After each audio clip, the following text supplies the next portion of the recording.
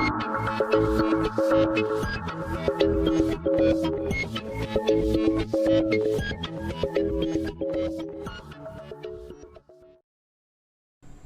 दोस्तों, स्वागत है आपका तर्क ज्ञान में। मैं हूं दिग्विजय। तो पिछली बहुत सारी वीडियो में जब मैंने 50 क्वेश्चन का सेट बनाया, वीडियो बनाई, तो उसमें बहुत सारे लोगों ने मुझे ये कहा कि क्वेश्चंस तो ज़्यादा हैं लेकिन एक्सप्लेनेशन कम मिल पा रहा है। तो इसलिए अब मैं कोशिश कर रहा हूँ कि आपको 30 क्वेश्चन कराए जाएँ आधे घंटे के अंदर में और एक्सप्लेनेशन ज़्यादा दिया जाए, क्योंकि बहुत सभी ने मुझसे अनुरोध किया कि हम जो क्वेश्चन करते हैं या फिर जो क्वेश्चन मैं उनको बता रहा हूँ और आंसर बता रहा हूँ, तो उन आंसर का एक्सप्लेनेशन, क्योंकि कुछ क्वेश्चंस ऐसे होते हैं जिनमें एक्सप्लेनेशन अगर मिले तो वो ज़्यादा बेहतर तरीके से समझ में आते हैं। तो इस वीडियो में हम यही करेंगे, 30 क्वेश्चन की प्रैक्टिस करेंगे और साथ ही साथ जो क्वेश्चन एक्सप्लेन करने लायक हैं उनको मैं एक्सप्लेन भी करूँगा, ताकि आप समझ पाएँ कि और अच्छे तरीके से उन क्वेश्चन को और समझ पाएँ और कॉन्सेप्ट भी थोड़ा बहुत साफ हो जाए। ठीक है, तो सबसे पहला प्रश्न इस वीडियो में, और वीडियो शुरू कर रहा हूँ, चैनल को सब्सक्राइब करें और वीडियो को शेयर करना ना भूलें। तो पहला प्रश्न इस वीडियो में, नीचे दो कथन दिए हैं, एक अभिकथन है और एक तर्क है। तो सबसे पहले यहीं पर मैं आपको एक्सप्लेन कर देता हूँ कि अभिकथन क्या होता है। ये जो अभिकथन दिया हुआ है आपको, अभिकथन क्या होता है? अभिकथन है कि एक कथन, कोई एक विचार किसी ने कहा, एक कथन कहा गया, अब उसके बाद दूसरा जो यहाँ पर दिया हुआ है, दूसरा है तर्क। ये तर्क क्या होता है? तर्क है कि जो ऊपर अभिकथन अर्थात जो बात कही गई है, जो तर्क दिया जा रहा है, क्या उस बात की पुष्टि करता है, क्या उस बात की सही व्याख्या कर रहा है, तो ये होता है तर्क।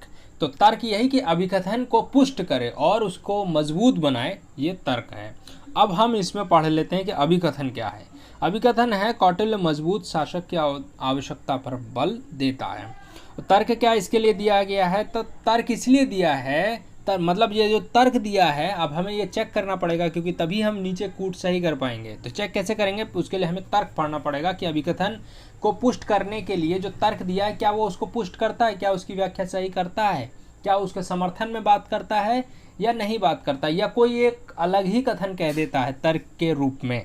तो तर्क क्या दिया है यहाँ पर? उसे समाज में अराजकता के खतरे तथा व्यवस्था स्थापित करने की अनिवार्यता का उत्कट बोध था। ठीक है, तो इस तरीके से जो ऊपर तर्क अभिकथन दिया है कि कौटिल्य मजबूत शासक की आवश्यकता पर बल देता है, तो नीचे एक्सप्लेनेशन उसकी व्याख्या कर रहे हैं, तो क्यों दिया, क्यों वो मजबूत शासक की आवश्यकता पर बल दे रहे हैं। तो जो तर्क दिया जा रहा है, क्या उसका एक्सप्लेनेशन, क्या वो दिए गए अभिकथन कि मजबूत शासक होना चाहिए, तो तर्क क्या दिया कि उसे समाज में अराजकता के खतरे और व्यवस्था स्थापित करने की अनिवार्यता का उत्कट बोध था। इसका मतलब मजबूत शासक होगा तो अराजकता के खतरे से निपटा जा सकता है और व्यवस्था स्थापित करने के लिए ये बहुत ज़रूरी है। तो इसलिए यहाँ पर आपका जो कथन है वो सत्य है और तर्क है वो भी सत्य है।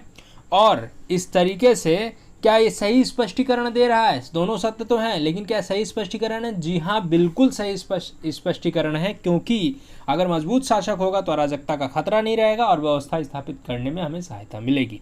तो इस तरीके से हमारा जो कूट संख्या 1 है वो सही हो जाएगी। इसका सही आंसर होगा कि ए और आर दोनों सत्य हैं और आर ए का सही स्पष्टीकरण है। तो इस तरीके से आपको अभिकथन और तर्क को करना होता है। उम्मीद करता हूँ कि आप अभिकथन और तर्क, ये सवाल कैसे किया जाता है इसको समझ गए होंगे, और अभिकथन और तर्क क्या होता है, इन दोनों में रिलेशन के संबंध क्या है, ये भी आप समझ गए होंगे। बढ़ते हैं अगले प्रश्न की तरफ, प्रश्न नंबर 2 की तरफ।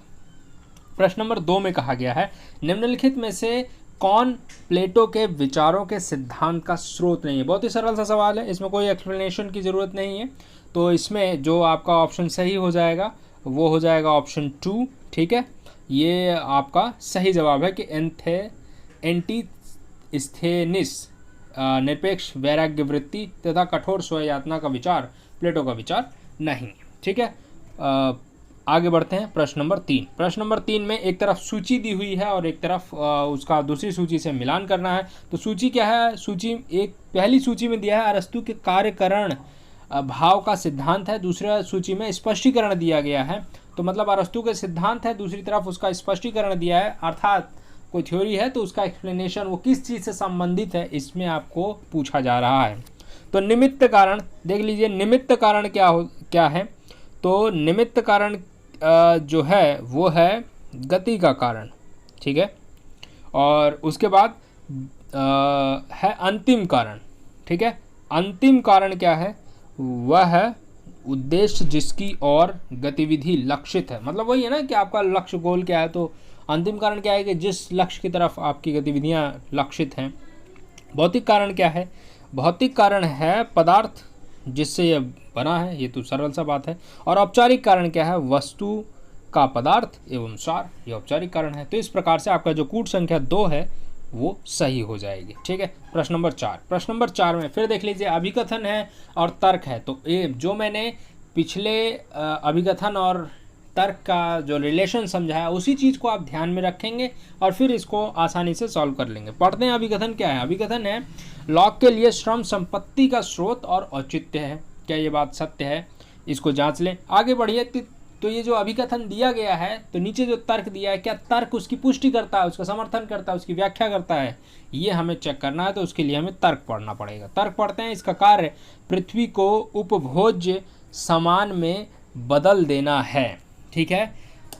कह रहा है लॉग श्रम संपत्ति का स्रोत है, अर्थात श्रम करेंगे तो संपत्ति आएगी, श्रम नहीं करेंगे संपत्ति नहीं आएगी। और औचित्य है, श्रम करेंगे तो ऑटोमेटिक संपत्ति आएगी, और वो स्रोत और औचित्य दोनों है, ठीक है।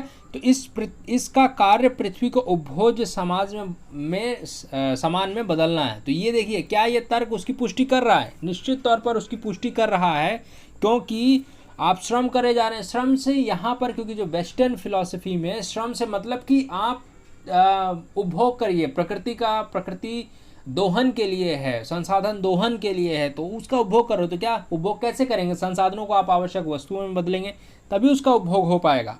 तो इसलिए यहाँ पर भी हम देखेंगे कि अभिकथन सत्य है और तर्क भी सत्य है और स्पष्टीकरण भी सत्य है, क्योंकि श्रम, संपत्ति और औचित्य ये सब मिल रहा है, ये सब किया जा रहा है पृथ्वी को उपभोज्य सामान के रूप में बनाना है, क्योंकि आप श्रम कर रहे हैं, कोई ना कोई प्रोडक्शन कर रहे हैं, ठीक है।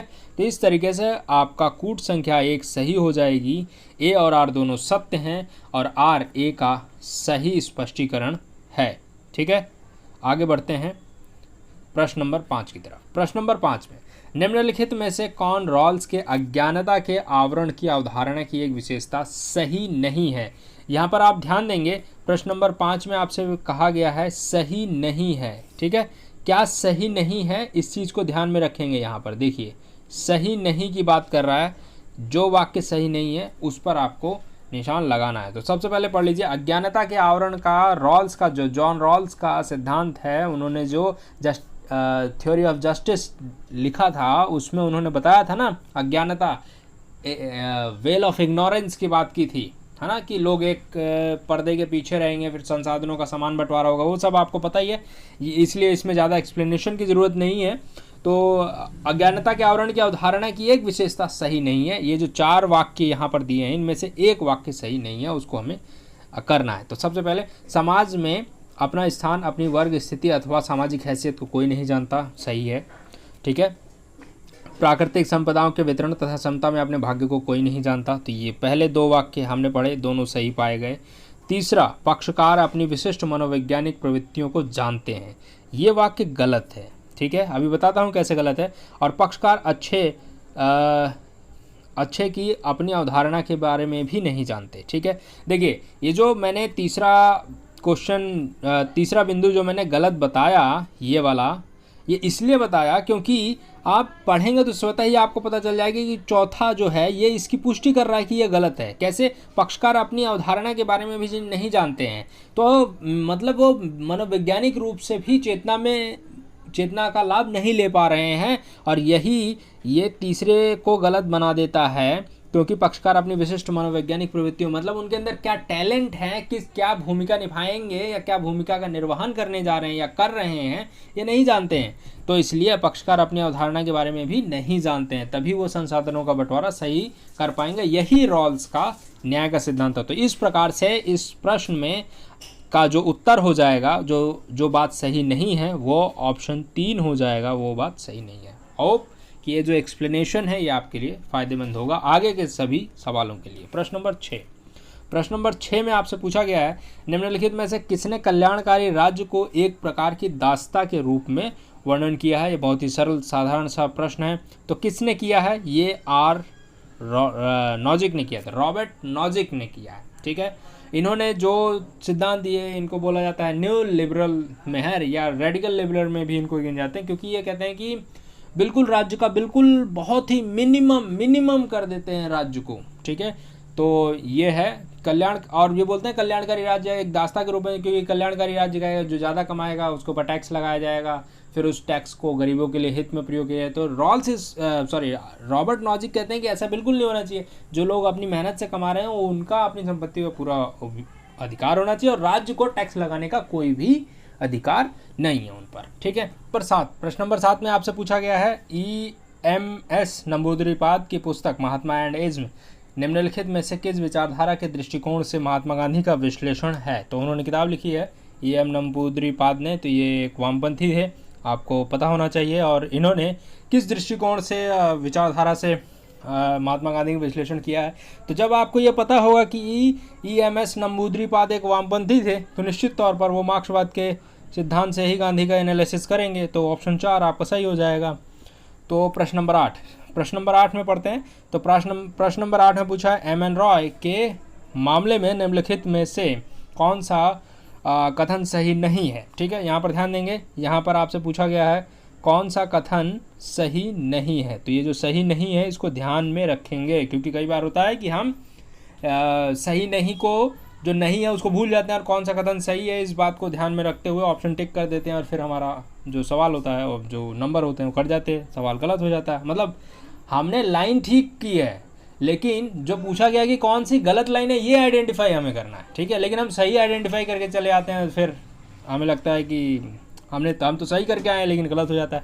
तो प्रश्न नंबर 8 में पूछा है, MN रॉय के मामले में निम्नलिखित में से कौन सा कथन सही नहीं है। तो 4 ऑप्शन है, 4 पढ़िए। उन्होंने स्वतंत्र भारत के लिए एक मॉडल संविधान तैयार किया। जी हाँ, तैयार किया था, सही है। संप्रभु शक्ति जनता में निहित होनी चाहिए, बिल्कुल सही है। गाँव, कस्बों तथा शहरों में जन समितियाँ गठित हों, ये भी सही है। वे संगठक इकाइयों के अलग होने के अधिकारों पर सहमत नहीं थे, ये बात गलत है। तो इस तरीके से जो आपका ऑप्शन 4 है वो यहाँ पर ये सही नहीं है। ठीक है, तो यहाँ पर ये सही आंसर हो जाएगा प्रश्न नंबर 8 का।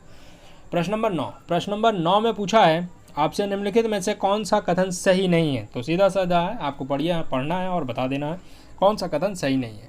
पारंपरिक राजनीतिक सिद्धांत गुणात्मक है। दूसरा, व्यवहारवादी राजनीतिक सिद्धांत मात्रात्मक है। तीसरा, उत्तर व्यवहारवादी राजनीतिक सिद्धांत गुणात्मक तथा मात्रात्मक दोनों है। चौथा, उत्तर व्यवहारवादी राजनीतिक सिद्धांत निर्जाति केंद्रित है, यह विशेषकर पाश्चात्य लोकतंत्र पर ध्यान केंद्रित करता है। तो कौन सा कथन सही नहीं है। तो इसमें जाहिर हो रहा है कि ऑप्शन 4 आपका सही नहीं है, क्योंकि उत्तर व्यवहारवादी राजनीति केवल पाश्चात्य लोकतंत्र पर ही ध्यान केंद्रित नहीं करता। प्रश्न नंबर 10। प्रश्न नंबर 10 में पूछा गया, निम्नलिखित में से किसने 3 मानकों पर विशेष बल देते हुए लोकतंत्र के प्रक्रिया मूलक सिद्धांत पर बल दिया। किसने बल दिया है, साधारण सा प्रश्न है, रॉबर्ट ए डहल ने दिया, R.A. डहल ने आप इस पर बल दिया। प्रश्न नंबर 11 में आपसे पूछा, निम्नलिखित में से कौन मैक्स वेबर का निरूपण नहीं है। तो सरल सा प्रश्न है, 4 ऑप्शन है, 4 में से एक सही है, पढ़िए। पहला ऑप्शन कहता है तर्क शक्ति, कार्यमूलक विभेदन तथा विशिष्टीकरण, जिनके फलस्वरूप व्यवस्था, सौहार्द तथा दक्षता का निर्माण होता है। दूसरा ऑप्शन, आदर्श प्रारूपों के संबंध में विश्वास तथा संकेतों पर आधारित प्रभावी प्राधिकार। तीसरा, प्रभावी प्राधिकार पद सोपानिक होता है तथा यह राज्य एवं सत्ता वर्ग से संबंधित होता है। चौथा कहता है औचित्य स्थापन तथा आदर्श प्रारूप विज्ञान विधि। ठीक है, तो इसमें से कौन सा निरूपण सही नहीं है। तो जाहिर सी बात है कि प्रभावी प्राधिकार पद सोपानिक होता है तथा यह राज्य एवं सत्ता वर्ग से संबंधित होता है, यह सही नहीं है, लेकिन यहाँ 11वीं का सही आंसर है। ठीक है, आगे बढ़ते हैं। प्रश्न नंबर 12 में पूछा है, यह किसका कथन है कि संघवाद में ऐसे व्यक्तियों की आवश्यकता होती है जिनकी इच्छा संघ की होती है, परंतु उन्हें एकता की इच्छा बिल्कुल नहीं होनी चाहिए। ठीक है, ये किसका कथन है। यह कथन James Bryce, A.V. Dicey, K.C. Wheare या H. फाइनर किसका है। तो इसका सही ऑप्शन, आपका सही उत्तर है प्रश्न ऑप्शन 2, A.V. डाइसी का ऐसा विचार है। प्रश्न नंबर 13 में पूछा, यह किसका कथन है कि राजनीतिक संस्कृति तथा शासन के स्थायित्व के बीच कोई सीधा संबंध नहीं है। ठीक है, ये किसका कथन है? तो ये कथन देने वाले, ये कहने वाले हैं लेग्सफर्ड। ठीक है, ये कथन कहने वाले लेग्सफर्ड है। प्रश्न नंबर 14 में पूछा गया, संयुक्त राज्य अमेरिका के राष्ट्रपति को अपने मार्ग को अपनाने की क्षमता 4 महत्वपूर्ण संबंधों पर निर्भर करता है। कांग्रेस, संघीय नौकरशाही, उच्चतम न्यायालय और डी मास मीडिया। तो उपयुक्त में से कौन निसंदेह सर्वाधिक महत्वपूर्ण है?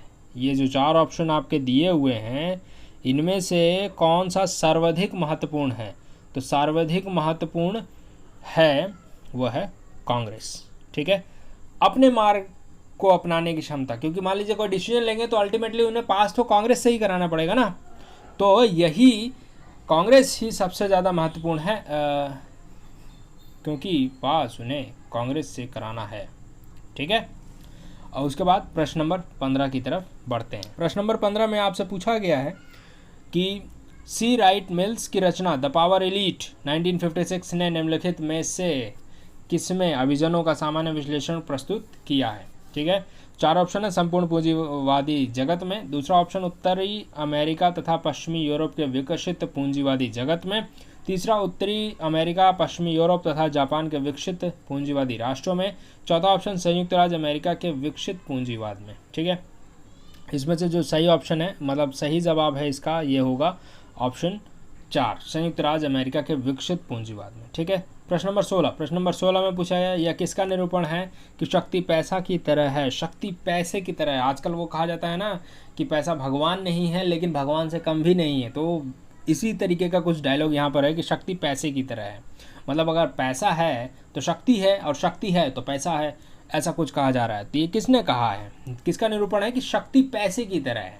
ठीक है, ये है तालकाट पार्सन्स का। ठीक है, प्रश्न नंबर 17 में आपसे पूछा है, कैच ऑल पार्टी निम्नलिखित में से किसमें उत्तर ध्रुवीय विश्व युद्ध की दलीय व्यवस्था का वर्णन करती है? कैच ऑल पार्टी, ये आपने पढ़ा ही होगा, बहुत सरल सा जवाब है, ये पश्चिमी यूरोप की बात करती है। ठीक है, प्रश्न नंबर 18 में पूछा गया है, निम्नलिखित में से किसका विश्वास था कि कोई क्रांति तभी सफल होती है जब यह राजनीतिक रहती है तथा समाज तक विस्तारित नहीं होती है? देखिए कैसी बात कह रहे हैं, लेकिन कह रहे हैं तो अब हमें इसका जवाब देना है। तो ये कहने वाले जो हैं हन्ना आरेंट है। ठीक है, हन्ना आरेंट ऐसे कहते हैं कि क्रांति तभी सफल होगी जब राजनीतिक रहती है, समाज तक विस्तारित नहीं होती है। ठीक है, लेकिन क्या आपको ये ठीक लगता है? कमेंट बॉक्स में करके बताइए, कमेंट में बताइए ज़रा, क्या ये सही लगता है? मेरे विचार, अगर आप मेरा विचार पूछेंगे, मैं तो कहूँगा भाई क्रांति तभी तक सफल होगी जब तक समाज तक विस्तारित हो, समाज के प्रत्येक व्यक्ति तक उस विचार हो, सारी धारणा या फिर जो भी चीज़ हो रही हो पहुँचे, तो ही क्रांति सफल होगी, केवल राजनीतिक स्तर पर करने से नहीं सफल होगी ना। तो प्रश्न नंबर 19 की तरफ बढ़ते हैं। प्रश्न नंबर 19 में पूछा है आपसे, पूंजीवादी वैश्विक अर्थव्यवस्था उत्पादकों तथा उपभोक्ताओं एवं क्रेताओं की वस्तु श्रृंखला से बनी है जो वैश्विक अर्थव्यवस्था के केंद्र में देशों को जोड़ती है। यह निम्नलिखित में से किसका आधार है? तो किसका आधार है, बहुत ही सरल सा प्रश्न है और सरल सा, आप इसको 4 ऑप्शन पढ़ने के साथ तुरंत ही इसका जवाब दे देंगे कि यह विश्व व्यवस्था सिद्धांत है। ठीक है, कि पूंजीवादी वैश्विक अर्थव्यवस्था उत्पादकों, उपभोक्ताओं, विक्रेताओं, क्रेताओं की वस्तु श्रृंखला से बनी है। मतलब वही आप एक कंज्यूमर साइकिल बना लीजिए कि प्रोडक्शन होगा, फिर उसका सेलिंग होगा, देन कंज्यूमर तक पहुंचेगा, तो ये एक चक्र चल रहा है। ठीक है, प्रश्न नंबर 20 में आपसे पूछा है, ध्यान दीजिए, अभिकथन है, तर्क है। ठीक है, तो मैं इसको बता देता हूँ, अगर आगे ऐसा कोई प्रश्न आएगा तो उसका जवाब आप मुझे कमेंट बॉक्स में लिखकर खुद ही देंगे, तब मैं वहाँ आपको बता दूंगा कि ऑप्शन सही है या गलत है। ठीक है, यहाँ पर मैं ये एक और आपको करके इस वीडियो में करके बता देता हूँ। देखिए, सहवर्तन लोकतंत्र का एक अपूर्ण सिद्धांत है। ठीक है, सहवर्तन लोकतंत्र का एक अपूर्ण सिद्धांत है। तर्क क्या दिया गया इसके लिए? क्योंकि यह वास्तविक विकल्प का मार्ग अवरुद्ध करता है। ठीक है, तो इसमें दोनों सत्य तो हैं, लेकिन ये एक का सही स्पष्टीकरण नहीं देता है। ठीक है, तो कूट संख्या 2 आपका सही हो जाएगा। प्रश्न नंबर 21 में आपसे पूछा है कि यह किसका कथन है? संविधान एक अनिवार्यता एक दलीय देश में एक दलीय निकाय थी, वह सभा कांग्रेस थी तथा कांग्रेस ही भारत था। तो ये बहुत ही सरल सा जवाब है, जिसने भी मतलब भारतीय इंडियन कॉन्स्टिट्यूशन के ऊपर ग्रेविन ऑस्टिन की किताब पढ़ी हुई है तो ये उसमें आपको ये चीज़ आसानी से मिल जाएगी। तो ग्रेविन ऑस्टिन ये बात कहते हैं, ठीक है, ग्रेनविल ऑस्टिन, ठीक है। प्रश्न नंबर 22, प्रश्न नंबर 22 में एक सूची है, दूसरी तरफ लेखक है, मतलब एक सूची का दूसरी सूची से मिलान करना है। कौन सी किताब किस लेखक ने लिखी है ये आपको बताना है, ठीक है। तो सबसे पहले the child and the state in India, ये किसने लिखा है? ये लिखने वाले जो व्यक्ति हैं ये हैं माइनर वीनर, ठीक है। उसके बाद है the Hindu nationalist movement and Indian politics. जब भी आप इस तरीके की बुक देखेंगे तो क्रिस्टोफर जेफरलेट ही आपको मिलेंगे। देखते हुए आपने एमए में पढ़ रखा होगा, जो मतलब 4th सेमेस्टर में है तो उन्होंने पढ़ ही लिया होगा, और जो अभी गए हैं वो लोग आगे पढ़ेंगे, लेकिन फिर भी बता देते हैं कि the Hindu nationalist movement and Indian politics ये लिखा है क्रिस्टोफर जेफरलेट, और क्रिस्टोफर जेफरलेट ने इस पर और भी कई किताबें लिखी हैं इसी थीम के ऊपर। तीसरा see the political economy of development in India, ये किसने लिखा है? ये लिखा है प्रणब वर्धन ने, आप जानते ही हैं। और एक है poverty Amity plenty in India, poverty एमिड plenty in India, ये लिखा है, अब बच गए हैं जो अतुल कोहली साहब, उन्होंने लिखा है, ठीक है। तो ये इस प्रकार आपका कूट संख्या 2 जो है वो सही हो जाएगा, ठीक है। प्रश्न नंबर 23 की तरफ बढ़ते हैं। प्रश्न नंबर 23 में कहा है निम्नलिखित में से किन्हें भारत के राष्ट्रपति अथवा राज्यपाल द्वारा क्षमा प्रदान करने के अधिकार के प्रयोग में न्यायिक समीक्षा के लिए आधार के रूप में पहचान की गई है? 4 ऑप्शन है, उसके बाद कूट दिया हुआ है। तो पहला है कि आदेश को मस्तिष्क का प्रयोग किए बिना पारित किया गया है, कि आदेश दुर्भावनापूर्ण है, कि आदेश को बाह्य अथवा पूर्णतः असंगत अनुचिंतन के आधार पर पारित किया गया है, या फिर कि आदेश यादृच्छकता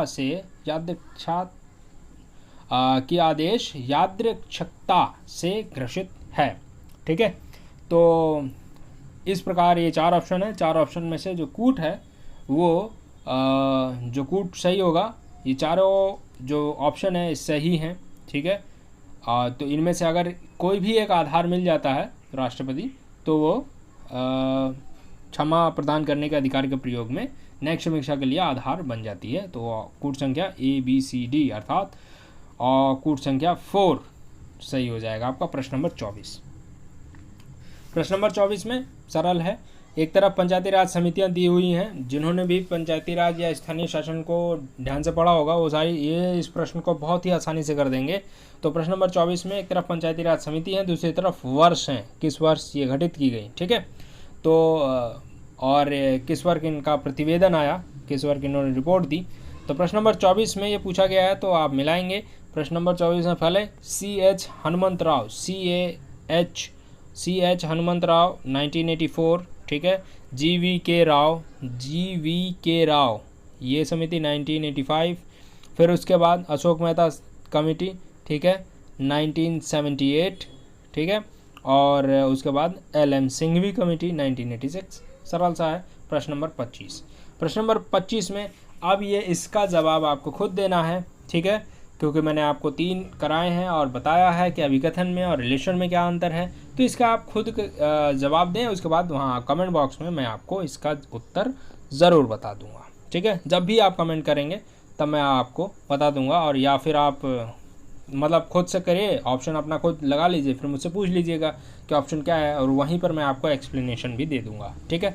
तो प्रश्न नंबर 26 की तरफ बढ़ते हैं। प्रश्न नंबर 26, निम्नलिखित में से कौन भारत में विधायिका के विशेषाधिकार हैं, ठीक है। तो नेपाली विधायिका के विशेषाधिकार की बात की जा रही है।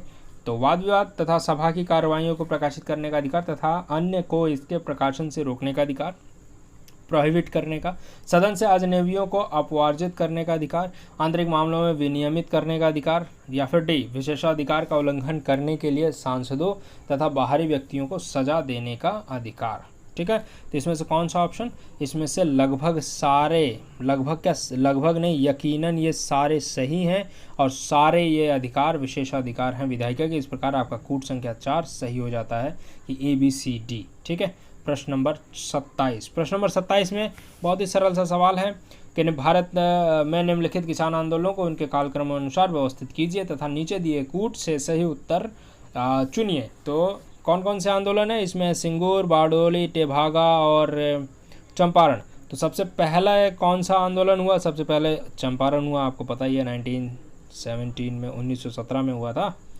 ठीक है।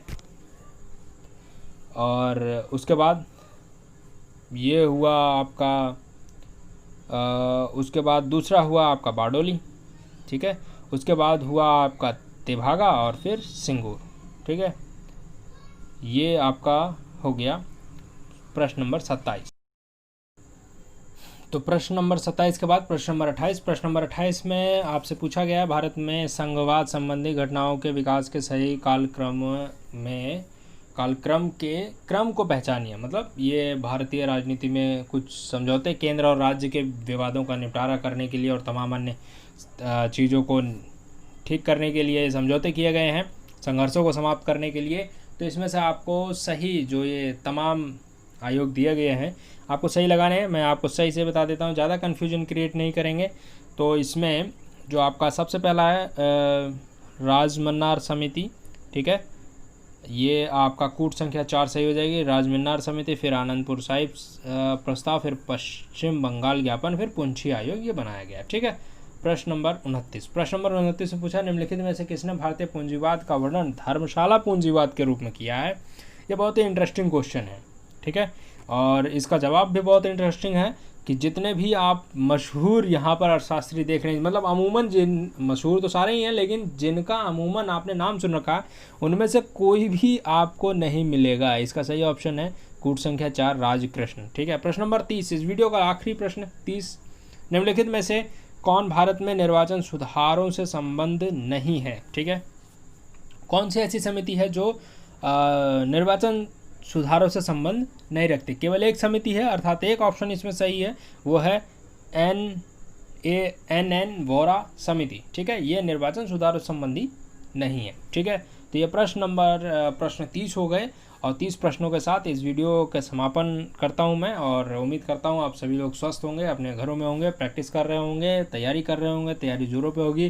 तो इन ऑप्शन इनको अच्छे से आप प्रैक्टिस करें और तार्ज्ञान को सब्सक्राइब जरूर करें, अपने अन्य दोस्तों के साथ ज़रूर साझा करें। कोई प्रश्न है, किसी प्रकार की जानकारी चाहते हैं तो कमेंट बॉक्स में लिखें, और जो प्रश्न मैंने आपको बताया कि आपको जवाब उसका देना है, आप कमेंट बॉक्स में उसका जवाब दें, फिर मैं उसके ऊपर प्रतिक्रिया देकर बताऊंगा वो सही है या गलत है।